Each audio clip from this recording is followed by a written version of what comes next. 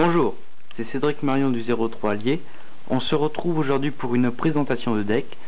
Donc ça sera le deck Amphitjar. Donc on est devant ma page Facebook. Donc j'aurai besoin de vous pour mettre quelques j'aime et faire une petite communauté. Merci. Alors le deck Amphitjar.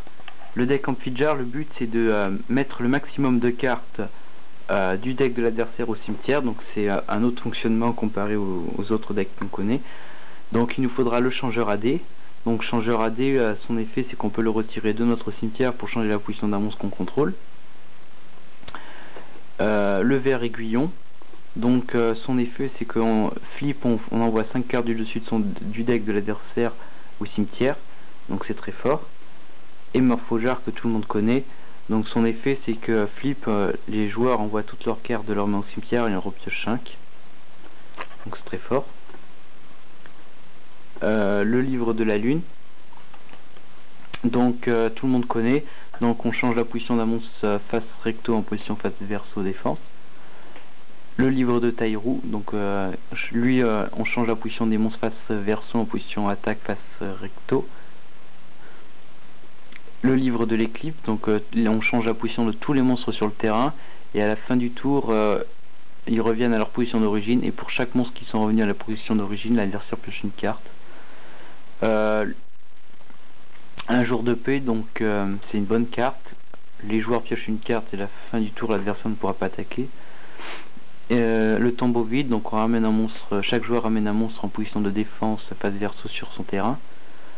Un pot de dualité, ça pareil, tout le monde connaît, ça stabilise le deck. Destruction de cartes pour accélérer la pioche et la destruction surtout de l'adversaire. Sacrifice inutile pour envoyer le changeur AD. 3 gobelins parvenus, pareil. Une Feather of the Phoenix, donc cette carte, on se défausse d'une carte de sa main pour placer une carte magie de son cimetière dessus son deck. Un enterrement d'une autre dimension, donc on en renvoie 3 cartes retirées du jeu dans un cimetière, peu importe le joueur. Transaction du monde ténébreux, c'est très bien aussi. Deux cartes semi-limitées un peu oubliées, c'est évacuation de la pierre précieuse, donc on se défausse de 2 cartes de sa main pour prendre une carte magie de son cimetière et l'ajouter à sa main, donc oui c'est bien.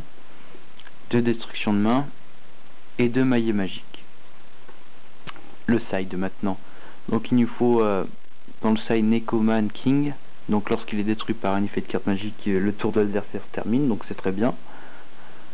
La version 2 de Morphojar, donc Morphojar 2, un épouvantail, prohibition pour les gros tours de l'adversaire, enfin il en faut 2, 2 miroirs absorbants de lumière, très bien, 2 miroirs absorbants des ténèbres, très bien aussi, et si c'est un accéléré des pièges, un taré, vous mettez 3 décrets royales pour bien le saquer. Et bien sûr dans l'extra deck notre technochimère, pareil, on peut pas s'en passer de celui-là, c'est voilà, j'ai rien à dire. Donc merci pour avoir regardé la vidéo, n'hésitez pas à mettre quelques j'aime sur ma page Facebook et liker la vidéo, voilà.